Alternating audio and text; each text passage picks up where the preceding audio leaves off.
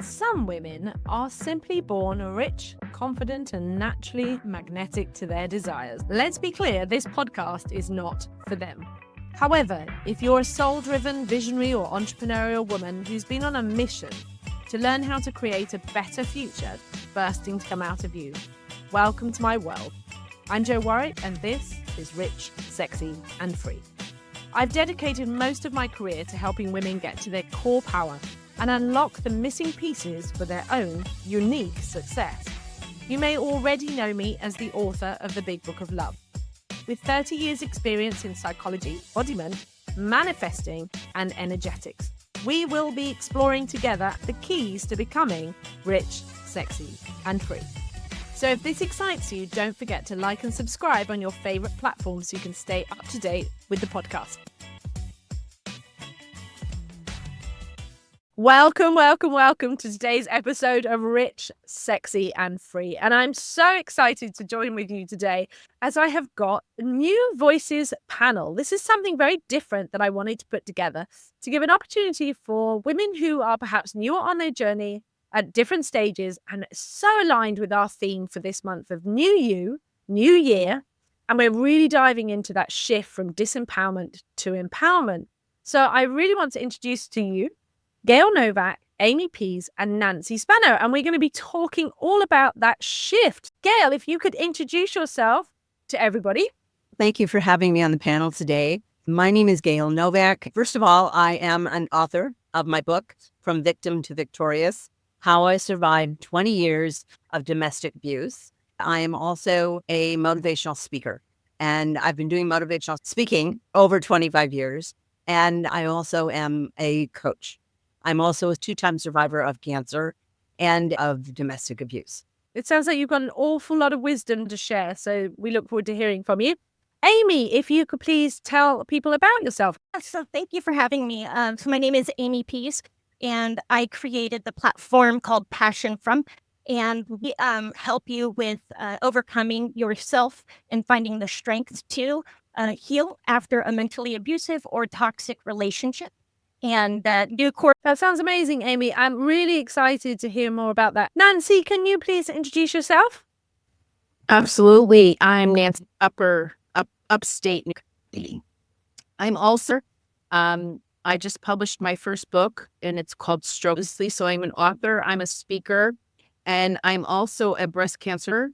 And I speak to women and children about overcoming trauma by changing your perspective. Amazing. I'm so excited because every single one of you has such a deep and powerful story of shifting from disempowerment to empowerment. So I'm going to be asking some lighter questions, but also some very big, rich, deeper questions from you guys. Let's start first off. It is, of course, New Year. There is always a sense of wanting new you. But I'm intrigued to know, what does that mean for you in 2025? What does that actually look like for you? So for me, that just means to simply let go of the past, realize that it is in the past, nothing to do with, what is going to happen in the future. Past is in the past. Do anything to change it. If you did make bad decisions, it's perfectly okay. You did the absolute best could in the moment, with the information and available to you. And so ruminating over visions or, maybe you're not where you want to be is not the way forward, but absolutely your lessons and then creating a plan and a path forward. Would you agree, Nancy? I try to always use a positive. I know it's hard. It's hard for me to not think about the struggles and I don't want to say failures that I've experienced, but I try to switch that mindset. And instead of looking at it as something I struggled with, I change that perspective and I use that mindset as a positive mindset so that I can feel empowered instead of broken down. What does that look like, a positive mindset? If you were feeling that sense of disempowerment. When I'm feeling down, just really hard on myself, I start with very small tasks. And one of them, it sounds silly, but emptying the dish because I feel that I've noticed that I've achieved something. It gives me that momentum going, and then be, doing a load of laundry, cleaning up the room, taking a shower, getting dressed, putting makeup on when you don't. And that really changes the energy. And then you can't help but to change your mindset and your perspective. And for me, that's really empowering. And then I just set myself up into a whole new energetic field. That's really great. Gayle, is that the same for you or is that different? How are you approaching your new year, new you? It's interesting that you said doing the dishes and accomplishing something. I totally agree with you on that. I heard a speech by an admiral in the Navy, and he said every morning he gets up and he makes his bed because at least he's accomplished every morning. I have to say, Yes. I never make my bed because I may feel sometimes during the day that I want to get back into my bed. So then I have to get back into the bed, and then I've messed up the bed. And then it's, here I made the bed and now I'm messing it up. So I'm undoing something that I did, and I don't like that feeling. So I don't make the bed unless I know that I'm not going to get back into the bed that day. I also feel like that's a wimpy thing to do. At least you made your bed. That's very minimalistic. It's like you're minimizing an accomplishment. But I like the idea of emptying the dishwasher. There's a finality to emptying the dishwasher. It's empty. All you can do is fill it up again with dirty dishes. I also like emptying the dishwasher and filling it up again before I go to bed at night and running it. I wake up in the morning and the dishes are clean. And that makes me feel good. And it does create a feeling of accomplishment. I do also have to get up and feed the dogs. I have 4 dogs, and they won't let me sleep until I feed them. The other thing is that I heard words like failure and mistake. I made a mistake. I may have had a failure. I made a lot of decisions.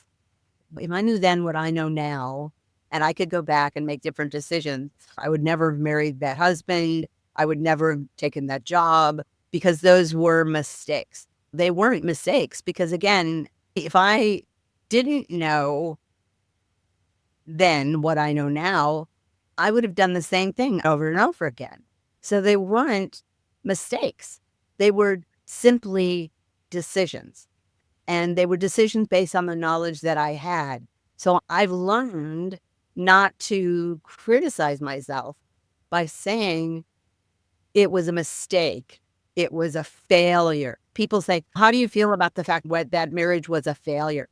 I was abused by a man for slightly over 20 years, verbally, financially, physically, very badly physically, in so many ways.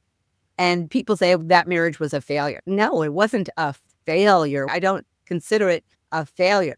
It was a marriage, and I walked away alive from that experience. And I learned from it, and I grew.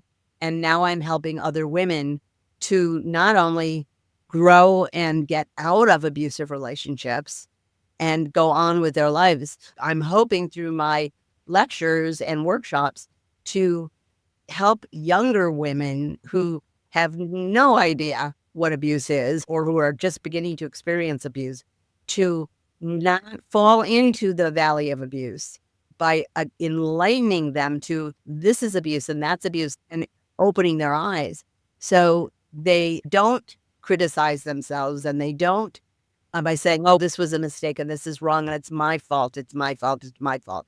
I try to explain to them, not your fault. This was not your fault. This was not your fault. So I'm starting the year by saying, no, this is not your fault. You didn't make a mistake. This is not a failure. Did you learn from it? Are you growing? Are you moving on in your life?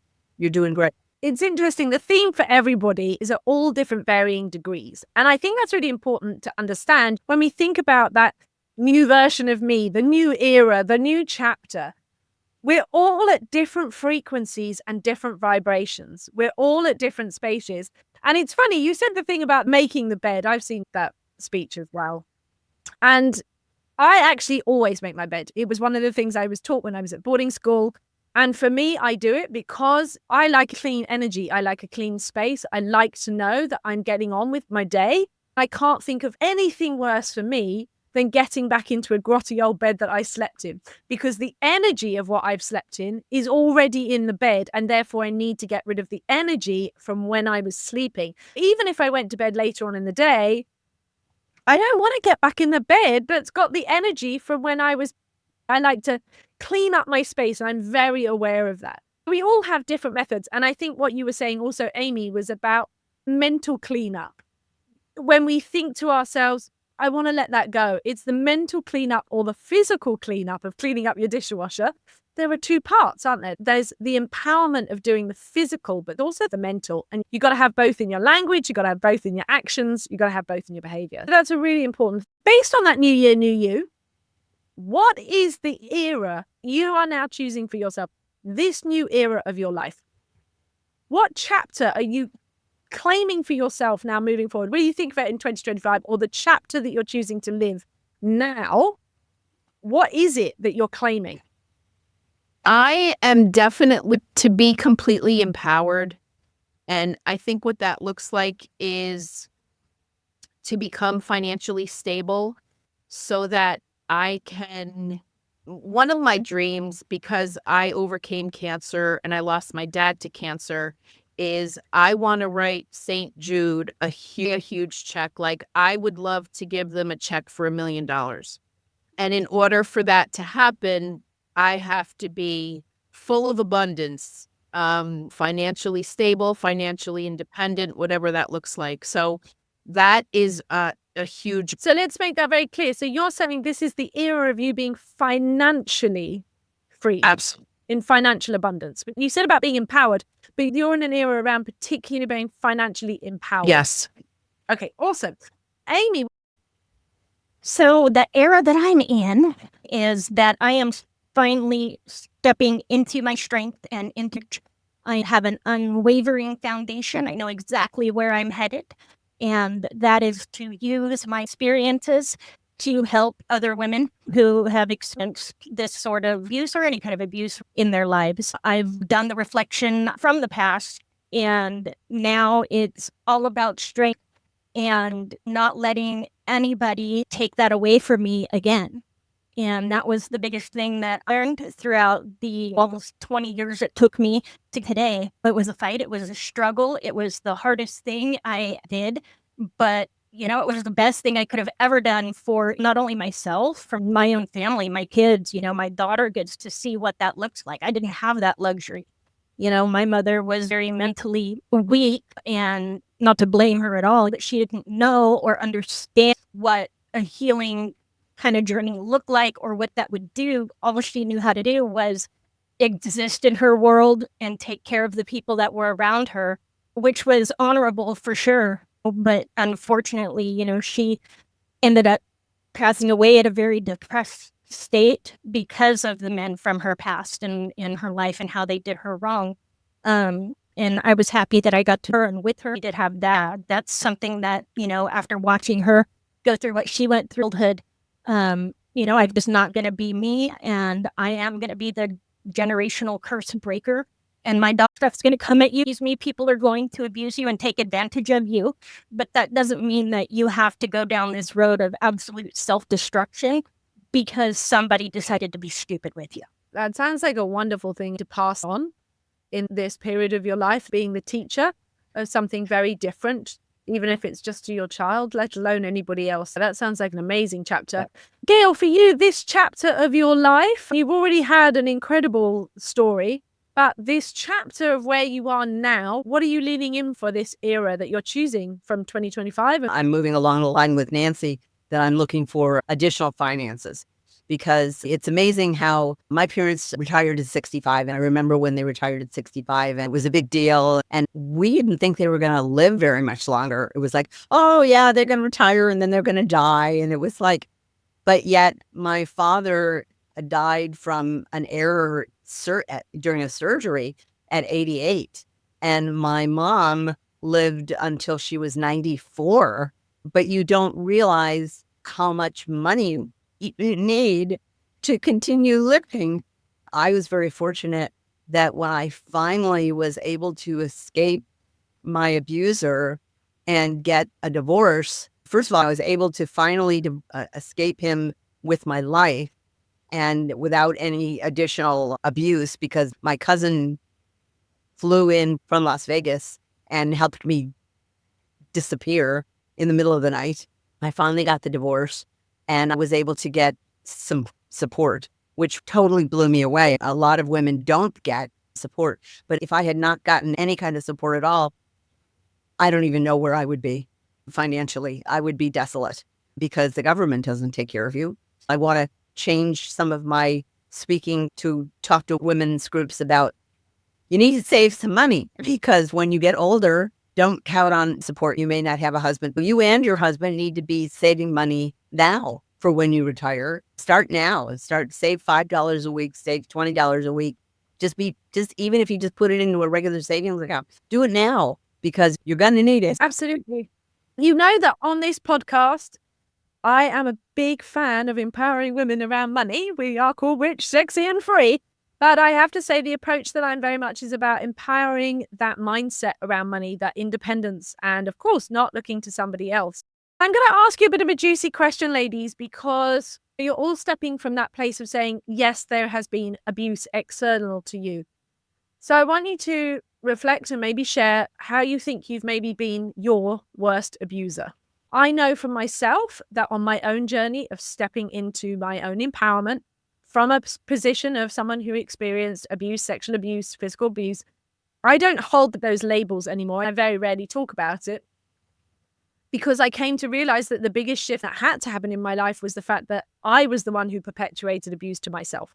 I was the one who spoke to myself so appallingly. I was the one who constantly judged what my body looked like, what my face looked like, my voice looked like, whether I should own a voice and not have a voice. I would love to know where you think you may have been and overcome the ways that you have abused or judged yourself or criticized yourself, all of that where we've put ourselves down.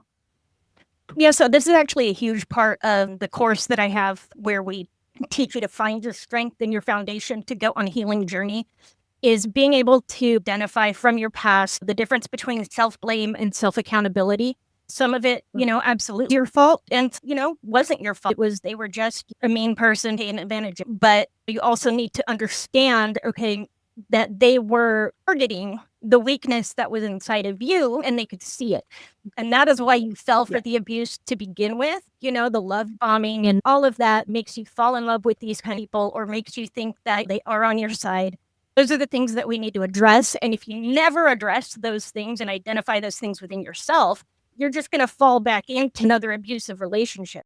That one friend who, always picks that kind of guy. And this is why, because she's never looked inside and reflected. I didn't have any confidence in myself. I was super shy. And speaking to people in general, I would get this huge rush of nerves and anxiety that was almost unbearable. And so I would make myself really small. I wouldn't speak to people. I wouldn't offer up any opinions. In fact, I would hope that I wouldn't get called on at school and maybe even try to hide under my desk so my teacher didn't ask me any questions. I was adopted at a really young age. I had always had abandonment issues. I don't know what that was even. And, to have somebody just give you attention and love you who you are in the moment, the love bombing, it felt really good. And so that is exactly why I was targeted, because I didn't have the self-confidence. They knew I wasn't going to stand up to them.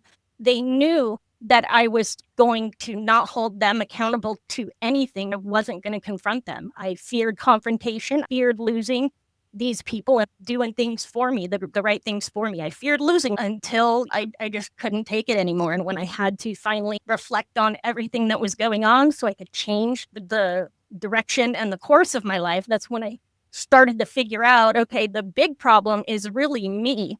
Yeah, they have their issues. Yeah, they're crazy. I'm going to keep running across these kind of people at all stages of my life if I don't fix this. And so now here I am, and I talk about it and teaching other women, that this is really the way forward. You have to reflect. You got to know yourself and you got to hold yourself accountable and work on those things that we don't want to work on and do that shadow work. And that's what's really going to set you free in the end. Absolutely. It can be scary. It's so much easier to blame and shame and say it's outside of myself and it's somebody else is doing it to me. And there are things that are unbelievably hard to let go of in your body. But when you do, of course, the truth does set you free. It does really set you free. Would you agree, Gayle? I experienced childhood abuse. My mother had psychological problems. I don't know if she was psychotic or bipolar. She was never actually diagnosed. She tried to kill herself and went into a psychiatric facility for a short time, but was never really given medication. I was raised in an era where, have you ever heard the expression, spare the rod, spoil the child? My mother hit me and my sister with her hand. Because my mother had mental problems, we could never figure out why she would hit us. She would just get angry for whatever reason, and this connected to my ex-husband who would hit me. And people would say to me, what did you do? My best girlfriend, when I finally had the strength to tell her what my ex-husband was doing to me, I was so embarrassed and ashamed for what he was doing to me. And I told her, and she said to me, my best friend of 40 some years, she said to me, what are you doing to make him treat you like that? I said, nothing. I'm not doing anything to make him do that. He is just simply choosing to do that to me. And that was the same thing with my mother. I could go walk through the room and she would run after me, grab me, and beat the crap out of me. And I was like, I don't understand why she's doing this to me. And she would have no rhyme or reason why she would do it, but she would be doing it. And I couldn't figure out why. And it's like, she didn't give me, unfortunately, I did not grow up with lots of hugs and kisses. I did not grow up with a lot of affection. I was in gymnastics. I was in band. I was in plays.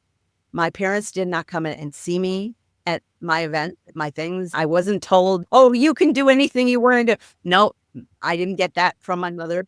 I got that from my babysitter, Diana. I had her in my life. And believe it or not, she's 83 years old now. And we're still friends. And she still said to me, you can do anything you want. You can accomplish anything. And her voice is in my brain. Every time I heard something positive, it was from Diana, my babysitter, not from my mother, because I only got negative from my mother. And the negative that I got from my mother about, that doesn't look good on you. You're too skinny. You're too fat. You're too this. You're too that. I always wore hand-me-down clothes from my sisters, so the clothes never fit me.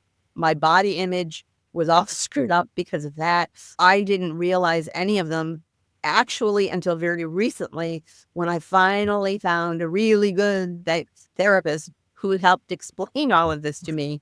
And to me, that all of this abuse that I received as a child totally connected as to why I accepted this man who abused me and why it felt so comfortable to be abused by him. You've raised something important for any woman listening. There is a theme of whatever level of disempowerment, trauma, or abuse, those patterns that we stay stuck in is always connected to that question, what did I do wrong? When you don't know how to solve that question, you will keep repeating the pattern over and over again. Whether that question came from being the small child. Why are they not there? Why don't they love me? Why do they keep telling me off? Why are they sometimes flipping and changing? Maybe it's a medical reason. Maybe they've got depression. Maybe they had abuse themselves.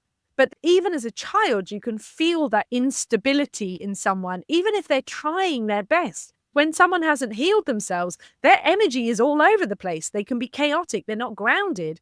So when you are aware of that, you're trying to work out, why is this person suddenly nice to me and not nice to me? That is a normal stage of development when we all try to work out, why does somebody love me and why do they not? But of course, when we get rewired and we start to go towards the dark thing, here's this big, dangerous looking animal, and I'm going to go, whoopee, let's go towards that because I know it. It looks familiar to me. I'm comfortable with that. And of course, as you said, Amy, the woman who always dates the same man or woman, when you start to reflect, is that you realize it's not just in one place in your life.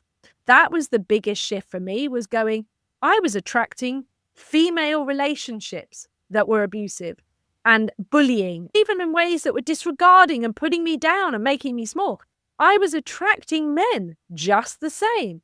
It wasn't a gender. It was a reflection of what I thought of myself, because I was still trying to work out, what was I doing wrong because I wanted somebody else to love me? I was still trying to heal that little girl inside of me who was going, but I can't survive without you loving me.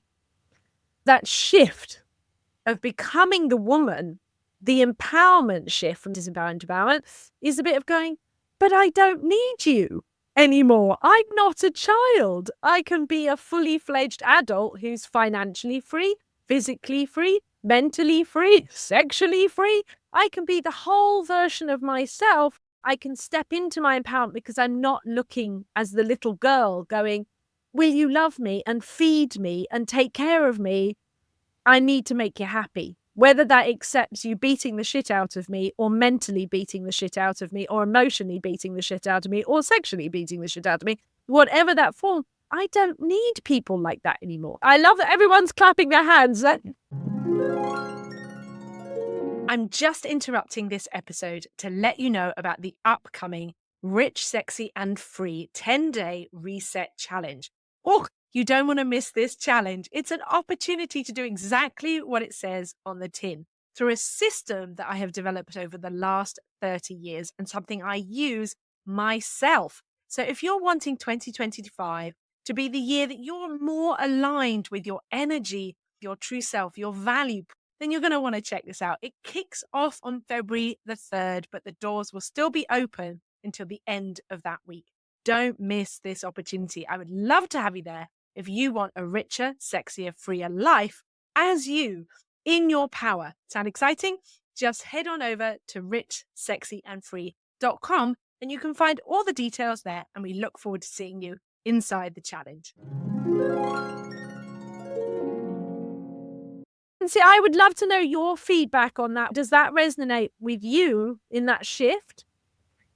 Yes, it so resonates with me. And unfortunately, we all have the same thread going through us with the abuse and the trauma that we've all experienced in different ways. We didn't have a chance to love ourselves. We didn't know how to love ourselves. Just recently, I was looking at a picture of myself when I was about 14. And I remember I used to hang out with a girlfriend of mine, and she was always prettier. She was always smarter. She always had the boyfriends. She was always cooler in my head. And now at 52, I was really pretty young girl. And I'm like, wait a minute. I always felt like I just blended in with everybody. I never stood out. And it just hit me actually very recently that it wasn't that I was physically unattractive. It was that my energy that I had, that I carried with myself, since I've changed that toxic energy and let go of people and places and things, I now look at that same young girl through a different lens. And she was a really pretty girl. Yes. And I know that myself. I look at pictures, I remember feeling so overweight, thinking I was so fat. And I look back now and think, oh my God, she was tiny and so skinny and starving for love, starving for life and energy. But in my head, I was just so full of shit, like literally energetic, emotional shit. I know that so much of this will resonate. Let's give our beautiful listeners a sharing of what has been your greatest, most successful tool that you've used and continue to use, perhaps, to bring you into your empowerment. Maybe use it daily, maybe use it every week. Something that has stayed with you on this journey that you know is your go-to in your toolbox. Perhaps more than just doing the dishwasher, but that your go-to tool. Maybe it's meditating, maybe it's dancing, maybe it's movement. What is your most successful tool? I will share that for mine.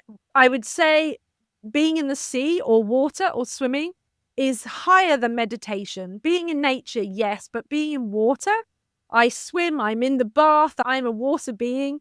That makes me feel like myself. It makes me feel light. It makes me feel free. So what are yours? I There you have go. to say that for 53 years now, I have practiced Nichiren Buddhism, and it is a form of active meditation. I chant Nam Myoho Renge Kyo. It means devotion to the mystic law of cause and effect through sound, meaning we don't understand how it works. Like, I don't understand how electricity works in my house, but I can flick the switch and the lights go on and off. I don't understand how a car works, but that doesn't mean I can't drive it. So I chant Nam Myoho Renge Kyo, and I can change my karma. And I'm chanting Nam Myoho Renge Kyo. I think of world peace. Okay, so I chant for world peace, but I also chant for health, and I chant for my other friends to overcome cancer and to have good health, and for my sister and for a lot of other things. But chanting has helped me when I was overcoming the abuse and cancer. I feel I couldn't have gotten through it without the chanting. I suppose that's a bit like Ho'oponopono as well. It's the same sort of prayer, that voice activation. I love that. When I'm really in worship, I sing. It isn't so much the songs that I sing, but singing to the divine for me is a great way of also being at peace and in alignment and raising my vibe. My go-to that brings me back into my power and into myself is really angry, heavy metal music. I shout the lyrics as loud as I can. And oh my God, just at the end of doing just a few of my favorite songs, I am healed and ready to go. Since I was a teenager, and it got me through some pretty dark times. It helped me put a lot of things into perspective. They write some wonderful lyrics that just hit home. If you're in your car and maybe going a little faster than the speed limit at the same time, you just go down the road and headbang. But I love that, because most of my clients would tell you that I do quite a lot of rage work. Okay. And over the years of working with kids, young people, adults, I've worked the full gamut. Is that coming into empowerment is moving it through your body, and that jumping, shouting and screaming, bringing the energy through you from your voice, from your movement, from the hand movements, bringing it all out. I wouldn't say I go to one particular tune. I have, depending on my mood. Right. yeah. What about you, Nancy? So if any of you know, I had a near-death experience in 2019, which completely changed everything for me. I had a stroke and I had a conversation with God. It was the beginning of changing my perspective. I've really gotten into Christian worship. I don't read scripture. I don't know much about the Bible. I was raised Catholic. There's the one quote that faith the size of a mustard seed can move mountains. Due to the abuse that I suffered, one of the biggest obstacles that I've overcome is struggling with severe depression. When I did that in my teenage years, I never had hope. And now changing my perspective and actually visualizing the mustard seed and how tiny it is. If you can really just muster faith the size of a mustard seed, like the dishwasher, it creates the momentum. That's such a beautiful point, Nancy, because that momentum, that law of attraction, when you're getting onto the right vibe, it doesn't take long, 13 seconds. Stay there, get that working of that faith. I am a big fan of Faith. My beloved dog, who died only 6 weeks ago, was called Faith, and everything that she represented. But faith for me has been, we talk about it quite a lot on this podcast, about faith and God and how you want to define it, divine, universe. I give it a million names. Your personal description is how you see it. I would say that has changed over my lifetime, the names that I've called it. But I think that element of faith, as you said, not having hope when you're younger. I've openly talked about the fact that I wanted to die twice in my life. Nearly did it the first time. Second time, I reached a point of going, I can't even manage to kill myself. I so don't know what to do. But it was in those moments when I found my absolute faith. It was that moment of total surrender, of going, the hope, the light, the truth of myself, were the moments that I really found who I was. And as you say, when you can surrender, when you can find a way to surrender, whether it's rock music, hard metal, whether it's chanting. My favorite song out of Christian worship music at the moment is Waymaker, which just gets me going. Love a good miracle song, whether it's a pop song or swimming in the sea or dancing, whatever way you find to connect to that bit of light, that bit of light that is the faith, that is the hope.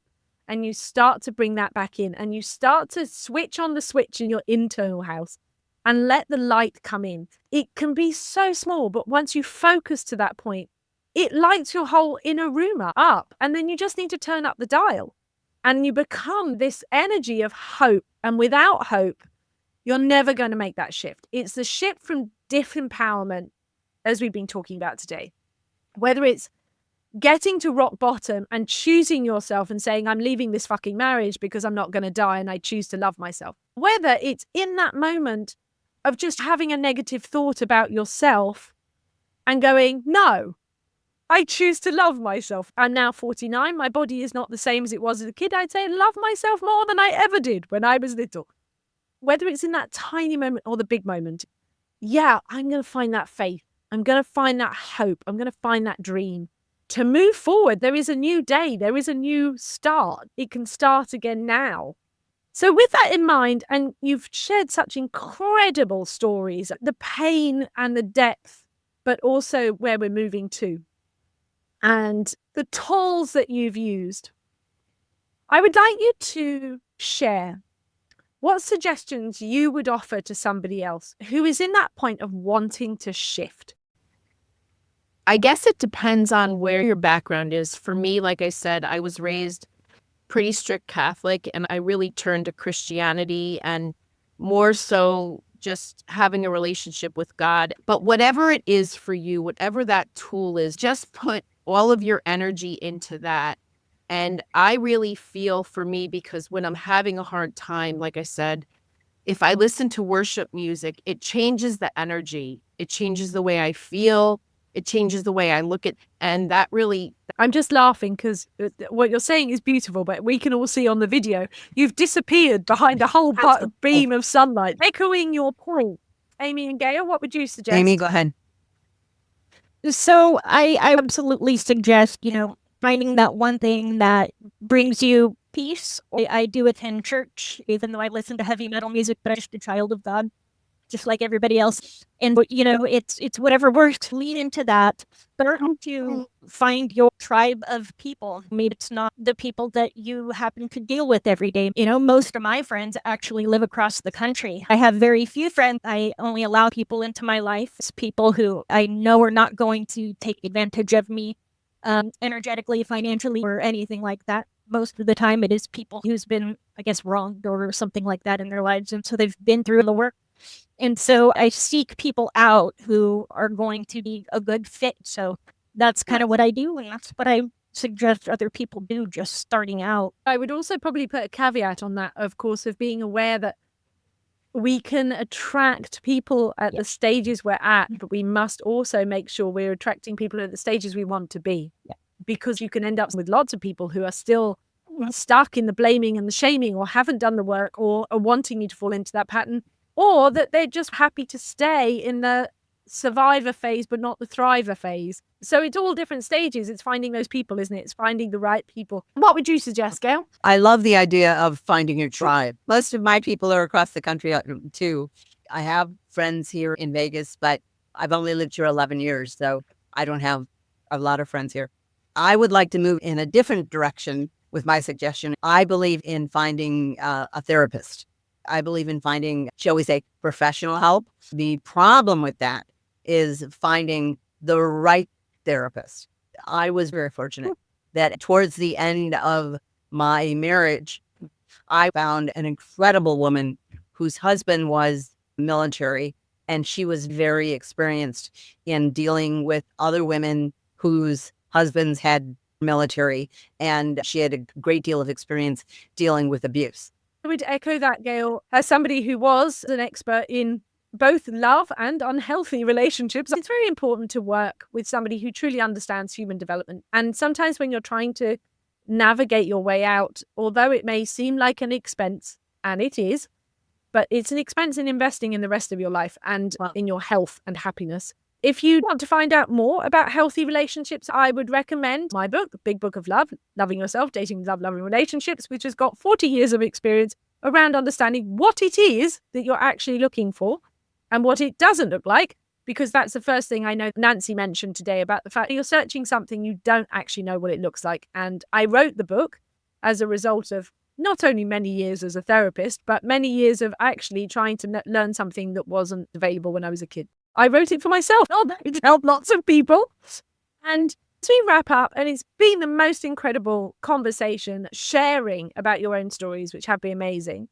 And I know that you said about your own books and stuff. So how people can find you and how they can learn more about your personal books or working with, etc. Yeah, you can find me on www.passionfrompain.com. And there you can sign up for coaching sessions or my new course on finding the strength and courage within you to actually go on your healing journey and to continue down that road of healing. Nancy, please share with us how they can find out more about your very powerful story, everything you've learned, your wisdom. Sure. So you can Amazon. My book is called Stroke of Love, and just put in Nancy Spano. It's also in Barnes and Nobles. And check out my website is strokeoflovebook.com. And that's Gayle, can you share where people can find out more about your amazing book? My book is also on Amazon, and it's From Victim to Victorious. You can contact me at thegaylenovak.com. You can check out in the show notes. You'll be able to find everything. And of course, as ever, you can find me on Instagram, on Facebook, all at Rich, Sexy and Free. Ladies, I want to thank you so much for being on today. It's been the most incredible time. What amazing stories.